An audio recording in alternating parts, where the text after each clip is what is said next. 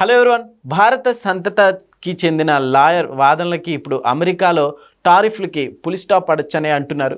ఇదే అంశం మీద ఒకసారి విశ్లేషణ తీసుకుందాం. ప్రస్తుతం మనతో జర్నలిస్ట్ జగదే ఉన్నారు. ఇంటర్వ్యూలోకి వెళ్ళిపోదాం. Hello sir. Hello Zakir. Sir, నిజంగా ఈ టారిఫ్ల వేధింపులకి నిజంగా పులి స్టాప్ పడొచ్చు అంటారా? ట్రంప్ రెండోసారి అధ్యక్ష పదవి చేపట్టిన తర్వాత అంటే పెను మార్పులకి దారి తీయాలి, అమెరికా యొక్క అప్పుని సగంలో సగమైన పూడ్చాలి, నా పేరు చిరస్థాయిగా నిలిచిపోవాలి, లేదంటే నేను శాంతి దూతని ప్రపంచాలకి తెలియజెప్పాలి, నోబెల్ శాంతి బహుమతి నాకే రావాలి, ఇలాంటి అత్యాశతో కూడిన కోరికలతో రెండోసారి అరంగేట్రం చేశారు ట్రంప్ గారు. అది కూడా ఎలా గెలిచారంటే లాస్ట్ మినిట్లో ఆయనకి క్యాన్వాసింగ్లో ఉన్నప్పుడు, ప్రచారంలో ఉన్నప్పుడు ఒక బుల్లెట్ తన చెవి పక్క నుంచి వెళ్ళిపోవడం ఒక్కసారి అది సానుభూతి క్రియేట్ చేసింది. సో సానుభూతి క్రియేట్ చేయడంతో ఈయన నెగ్గుకొచ్చాడు. అంటే ఇది కూడా ఒక రీజన్ అని చెప్తారు. సో వచ్చిన తర్వాత రకరకాల టారిఫ్లని అవని ఇవన్నీ బాగా బారాయించి, అంటే శత్రు దేశాలు లేదు, మిత్రు దేశాలు లేదు, అందరితో కూడా వైరం తెచ్చుకునేలాగా అందరినీ నేను ప్రపంచ పెద్దన్న, ప్రపంచ పెద్ద దేశం మాది, మేము ఏం చెప్పినా ఎవడైనా తోక జాడించాల్సింది వీలు లేదు, మేము చెప్పినట్టే వినాలి అనే ధోరణిలో ప్రవర్తించడం అనేది అక్కడ ఎస్పెషల్లీ యూత్, స్టూడెంట్స్, నిరుద్యోగులు ఎవరైతే ఉన్నారో వాళ్ళు వాషింగ్టన్ డీసీ వీధుల్లోకి వచ్చి నిరసన తెలియజేయడం, మెయిన్ సిటీస్లో కూడా నిరసన తెలియజేయడం, కాలిఫోర్నియాలో కానీ న్యూయార్క్లో కానీ లాంటి సిటీస్లో. సో ఈ మొత్తం వ్యవహారం అంతా కూడా చాలా ఇబ్బందులకు గురి చేస్తుంది. పైపెచ్చు ఏదైతే సుంకాలు విధించి చెలరేగిపోయి మా డబ్బును దేశం కదా అని ఇష్టం వచ్చినట్టు బిహేవ్ చేస్తున్నాడో అందరికీ శత్రు దేశంగా మారుతుంది. ఈ చిన్న చిన్న కొన్ని మైనారిటీకి సంబంధించిన దేశాలు శత్రుత్వం పెంచుకొని ఆల్రెడీ లాడెన్ లాంటి వాళ్ళు అటాక్స్ చేశారు కాబట్టి, WTC టవర్లో కూల్చివేత ఇవన్నీ జరిగాయి కాబట్టి ఇంకాస్త ఇబ్బంది కలుగుతుంది, అమెరికా సురక్షితంగా లేదు అనే దీంట్లో కూడా వచ్చేసారు చాలామంది సిటిజన్స్. తర్వాత వీసాల మీద ఎక్కువ టారిఫ్లు విధించడం, $1,00,000 పెట్టడం, రకరకాల. అయితే ఇప్పుడు డెమోక్రాటిక్ అంటే యాంటీగా ఉండేవాళ్ళు ఎవరైతే ఉన్నారో ప్రతిపక్ష హోదాలో ఎక్కువగా డెమోక్రాటిక్ రాష్ట్రాలు ఏవైతే ఉన్నాయో 50 రాష్ట్రాల్లో, ఆ డెమోక్రాటిక్ రాష్ట్రాలన్నీ కూడా ఈయన మీద ఒక కేసు ఫైల్ చేసి సుప్రీంకోర్టుకే అది కంప్లైంట్స్ ఇచ్చేలాగా ఒక కేసు ఫైల్ చేశారు. సో ఆ కేసు ఫైల్ చేసినప్పుడు ప్రభుత్వ తరపున ఒక లాయర్ ఉంటాడు, ప్రెసిడెంట్ తరపున, మనకులాగే అక్కడ డెమోక్రాటిక్ తరపున ఒక లాయరు వాదించబోతున్నారు. అతనే మన భారత సంతతికి చెందిన నీల్ కత్యాల్. ఆయన ఏల్ లా ఇన్స్టిట్యూట్ అని ఒకటి పెద్ద యూనివర్సిటీ అని ఒకటి ఉంది యుఎస్లో, బెస్ట్ లా యూనివర్సిటీ అది ఏల్ లా యూనివర్సిటీ. అందులో ఆయన డిగ్రీ తీసుకున్నాడు. తర్వాత చాలా 2017లో ఫస్ట్ టైము ట్రంప్ అధ్యక్షుడు అయినప్పుడు కూడా కొన్ని రకాల కేసులకు సంబంధించి ట్రంప్కు వ్యతిరేకంగా ఇతను వాదించిన సందర్భాలు ఉన్నాయి. సుమారుగా ప్రభుత్వానికి వ్యతిరేకంగా ఇప్పటి వరకు 50-60 కేసుల వరకు వాదించాడంట. అందులో 80% సక్సెస్ ఉందంట. నీల్ కత్యాల్ అనే ఈ భారత సంతతికి చెందిన వ్యక్తి. బట్ ఆయన అక్కడ వాళ్ళ తల్లిదండ్రులు ఎవరైతే వలస వచ్చేసారో అక్కడే స్థిరపడ్డారో, ఆయన అక్కడే పుట్టాడంట. అక్కడ సిటిజన్షిప్పే ఉంటుంది.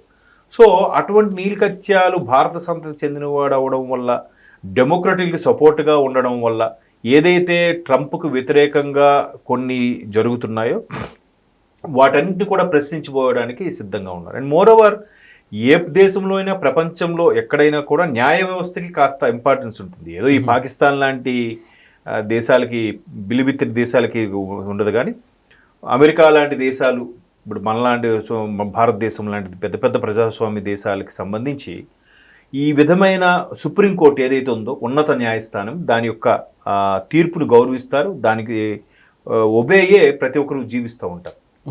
కాన్స్టిట్యూషన్ లా, అదే రాజ్యాంగబద్ధంగా ఉండేది. సో ఇక్కడ కూడా వీళ్ళు ఏదైతే కేసు ఫైల్ చేశారో దానికి అనుగుణంగా ఫైట్ చేయబోతున్నారు. కాబట్టి ఎప్పుడైతే నీల్ కత్యాల్ ఈ కేసు టేక్ ఓవర్ చేశారో ఆల్రెడీ వీళ్ళకి ఒక భయం పట్టుకుందంట.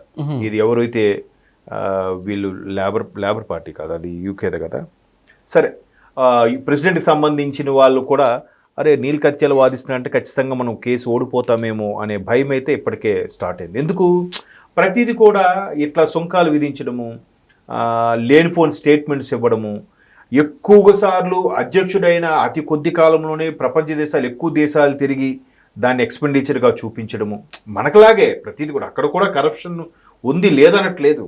ప్రతి కరప్షన్ లేని దేశం అంటూ ఏది లేదు. కాకపోతే ర్యాంకింగ్స్ ప్రకారం చూస్తే మనది టాప్ 10లోనో 20లో ఉండొచ్చు ఇండియా, లేదంటే అమెరికా కూడా టాప్ 30లోనో 40లోనో ఉండొచ్చు. మేబీ లాస్ట్ టైం కూడా సర్వే ఏదో చేశారు. సో ప్రతి దగ్గర కూడా కరప్షన్ ఉంది. దాని రకరకాలుగా ఈయన కూడా బిజినెస్ మ్యాన్ కాబట్టి అధ్యక్షుడిగా ఉన్నప్పుడే తన బిజినెస్లన్నీ సెటరేట్ చేసుకోవాలి, బిజినెస్కి ఆపాదించుకునేలాగా మెల్లమెల్లగా సైడ్ చేయాలనే ఉద్దేశంలో కొన్ని చేస్తున్నాడు. కొన్ని షేర్ బ్రోకింగ్ షేక్ అయ్యేలా కూడా కొన్ని స్టేట్మెంట్స్ ఇస్తున్నాడు వాళ్ళ తాలూకు వ్యక్తులు లాభపడే విధంగా. సో అవి కూడా ఎలిగేషన్స్ ఉన్నాయి. సడన్గా ఒక్కొక్కసారి విదేశాల నుంచి వచ్చిన వాళ్ళు పనిచేసిన అందరూ తీసేస్తే అక్కడ దేశీయంగా పనిచేసే వాళ్ళందరూ ఎంత ప్రెజర్ పడుతుంది. ఒక కంపెనీలో 100 మంది ఉన్నారంటే అందులో 60 మంది దేశీయులు ఉండొచ్చు, మిగతా 40 మంది విదేశీయులు పనిచేసినప్పుడు 40 మందిని తీసేస్తే మీకు అది విధిస్తున్నా, ఇది విధిస్తున్నా, టారిఫ్ విధిస్తున్నా, మీ వీసా కాస్ట్ పెంచేస్తున్నా అంటే ఈ 40 మంది ఒకేసారి వెళ్ళిపోతే 60 మంది ఆ 100 మంది చేయాల్సిన పని 60 మంది చేయగలరా? పైగా అమెరికాలో ఇంకొకటి ఏంటంటే ఆడు ప్లంబర్ అవని, వాష్రూమ్ క్లీన్ చేసేవాడవని, ఎలక్ట్రీషియన్ ఎవడైనా సరే రోజుకి 8 గంటలే పనిచేస్తాడు. దానికి తోడు సోమవారం నుంచి శుక్రవారంగా పనిచేస్తాడు. శని ఆదివారాలు వస్తే ఎవ్వడూ పనే చేయడు. సో ఇట్లాంటి టారిఫ్లను విధించడం వల్ల అక్కడ ఉండే స్థానికంగా ఉండే వాళ్ళకి ఇబ్బంది, దాన్ని నమ్ముకొని విదేశాల నుంచి వెళ్ళే వాళ్ళకి కూడా ఇబ్బందిగా ఉంది. సో ఈయన నీల్ కత్యాలు కరెక్ట్గా రాటు దించేలాంటి క్వైరీస్తో, అటువంటి పదునైన వాదనలతో ఉన్నాడు కాబట్టే ఓడిపోతారన్న భయం కలుగుతుంది. కాబట్టే ట్రంప్ ఒక స్టేట్మెంట్ కూడా ఇచ్చాడు ఆయన. అంటే ఇది ఇలా కేసు రాబోతుంది, మేము అమెరికా అత్యంత సురక్షితంగా అత్యంత సంపన్న దేశంగా తీర్చిదిద్దాలని ఇవన్నీ చేస్తున్నాం. ఒకవేళ కేసులో గెలిస్తే ఖచ్చితంగా అమెరికా ప్రపంచంలోనే అత్యంత సంపన్న దేశంగాను సురక్షిత దేశంగాను ఉంటుందట. ఒకవేళ ఓడిపోతట అమెరికాని ఇంకెవడు కాపాడలేడు అన్నట్టుగా ఒక స్టేట్మెంట్ ఇచ్చాడు ఆయన. అది ఎంతవరకు కరెక్ట్? నువ్వు ఒక అమెరికా పౌరుడు అయ్యుండి అమెరికా నాశనం కోరుకుంటున్నట్టుగా లేదు ఒక అధ్యక్షుడిగా ఉండి. అంటే ఈయన గెలిస్తే అమెరికా సురక్షితం ఉన్నట్టట ఈ కేసులో. ఈయన కేసులో ఓడిపోతే అమెరికా సురక్షితం కాదు, అమెరికా సంపన్న దేశం కాదు, అప్పుల్లో కూరుకుపోతుంది అనేలా ఉంటే ఇక్కడ ఒక యాంటీ వచ్చేసింది కదా. సో ఇట్లాంటి తెలుసో తెలియక ఇచ్చిన స్టేట్మెంట్స్తో ఆయన మరి కాస్త ఇరుక్కుపోతున్నాడు అనేది ఒక అభిప్రాయం. ఇప్పుడు వీళ్ళ తరపున కూడా ట్రెజరీకి సంబంధించిన సెక్రటరీని ఎవరినో పంపిస్తున్నారు, బోసే ఏదో సంథింగ్ అని పేరు. సో ఆ సెక్రటరీ వెళ్ళి వీళ్ళ తరపున వాదించబోతున్నాడు. బట్ నీల్ కత్యాలు వాదనల ముందు ఎవరు నిలబడలేరు అనేది సత్యం. కాబట్టే ట్రంప్ ఈ విధమైన స్టేట్మెంట్స్ ఇచ్చాడు. ఏమని, నేను గెలిస్తేనే సురక్షితంగా ఉంటుంది కేసులో, నేను ఓడిపోతే మాత్రం అమెరికా సురక్షితంగా ఉండదు అనేది. అది చాలా ఒక విధంగా తప్పుడు స్టేట్మెంట్ అది.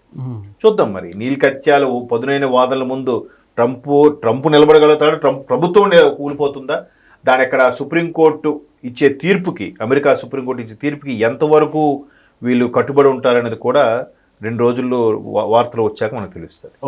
Okay sir, thank you.